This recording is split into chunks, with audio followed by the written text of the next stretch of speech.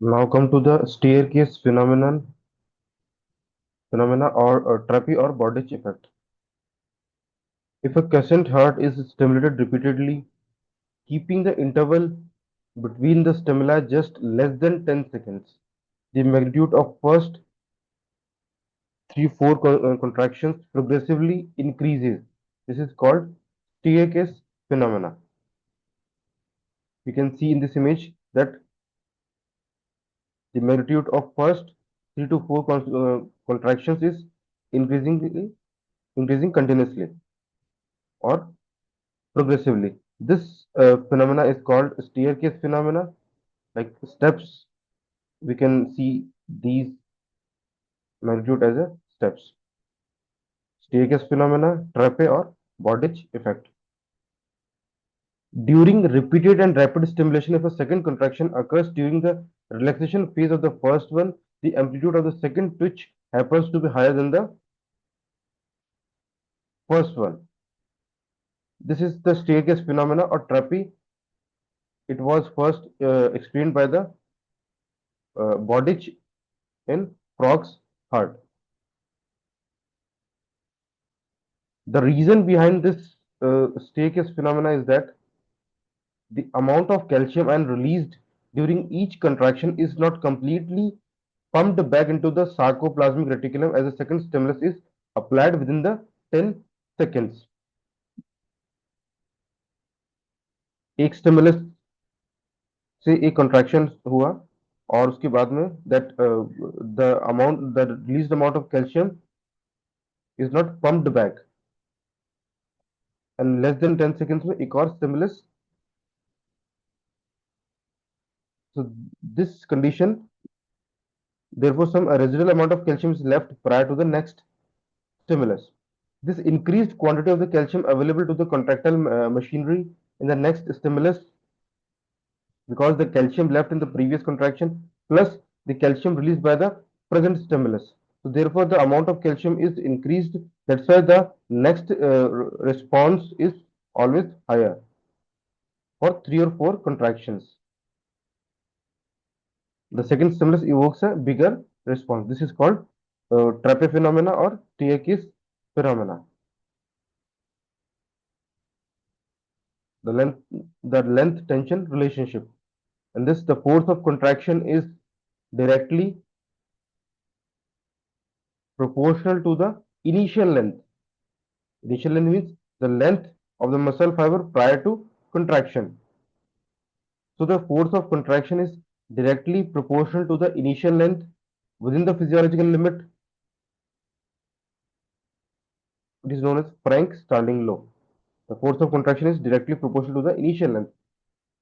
As we know that a myocardial wall has two important properties. The first is the contraction and elastic recoil.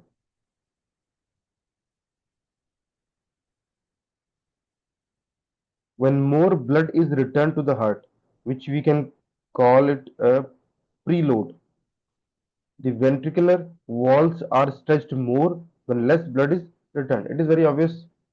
If blood in the ventricles, especially the blood which is coming from the periphery, which is can which could be called as preload in right ventricles. So if preload is increased, then definitely the walls of the ventricle will stretch more. Comparison to the, if less blood is returned in the right ventricle, then the walls will be stretched less.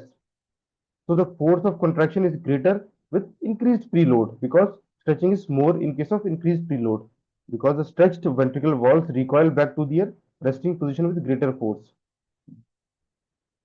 If there is an increased preload, this will cause stretching of the ventricle walls, and as we mentioned in previous slide, the important property of myocardial wall has contraction, and this is the contraction and elastic recoil. So if force of if stretching will be more, then definitely recoiling will be more. That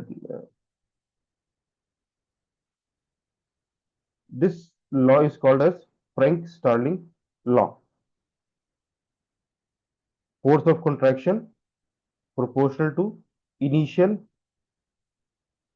length, because due to increased preload stretching ज़्यादा हुई, इसकी वजह से जो elastic recoil की property है that will lead into the higher force of contraction. Load velocity relationship. The velocity of contraction is inversely proportional with the load that acts against it. The velocity of muscle shortening or contraction decreases with increasing afterload. Afterload, here we can have an idea that the pressure against which the heart has to pump blood. This is the afterload. The force of contraction is inversely proportional with the load. Here we are specifically mentioning afterload. Afterload, we can call that the blood against which the heart has to pump blood. This is the afterload. If afterload is more, then the velocity of muscle shortening and contraction will be less. They are in inverse relationship. In this graph, we can see that they have an inverse relationship. The velocity is decreasing and the force is increasing. Frequency force relationship. Increase in force of contraction due to increase in heart rate, we can call it frequency, is known as frequency force relationship. It is known as Bordich phenomena, described by Bordich. Our increase in myocardial performance is restricted to a limited increase in frequency.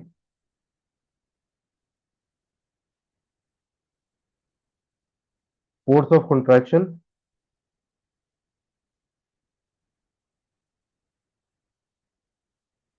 force of contraction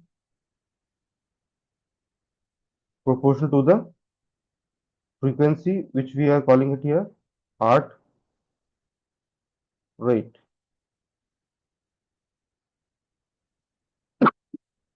So they have a proportional relationship. If heart rate will be increased, then force of contraction will also increased. Extra systole and compensatory pause. When a sufficiently stronger stimulus is applied in the relative refractory period, in an experimental recording of a normal cardiogram, an extra contractile response occurs. This is called as extra systole. The natural stimulus after extra systole falls in the refractory period of the extra systole and does not evoke a response. Therefore, the natural contraction is missed.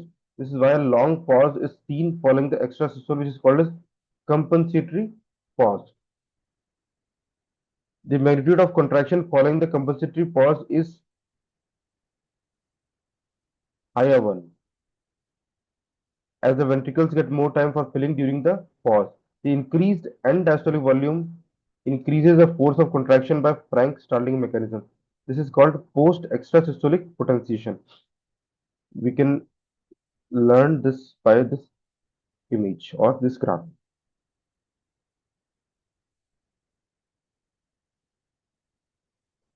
Here we can see during this refractory period, this is the refractory period, a stimulus arrived. So the response of this curve is increased, and after that extra systole there is a compensatory pause. Due to this compensatory pause, ventricles get more time for filling, and the response after that compensatory pause is higher than the previous one. So this is the important property of cardiac muscles, is the extra systole and compensatory pause. Now we'll able to understand it clearly. When a sufficiently stronger stimulus is applied in the relative refractory period in an experimental recording of a normal cardiogram, an extra contractile response occurs. This is called extra systole. So this was the refractory period of that stimulus. This was the refractory period. It would have been landed here, but due to stimulus given in the refractory period, the response summed up and it merged into the previous response. After that extrasystole, there is a compensatory pause. This extra time will allow ventricles more filling of blood, and then again this response will show the higher one than the previous one, which is the post extrasystolic potentiation.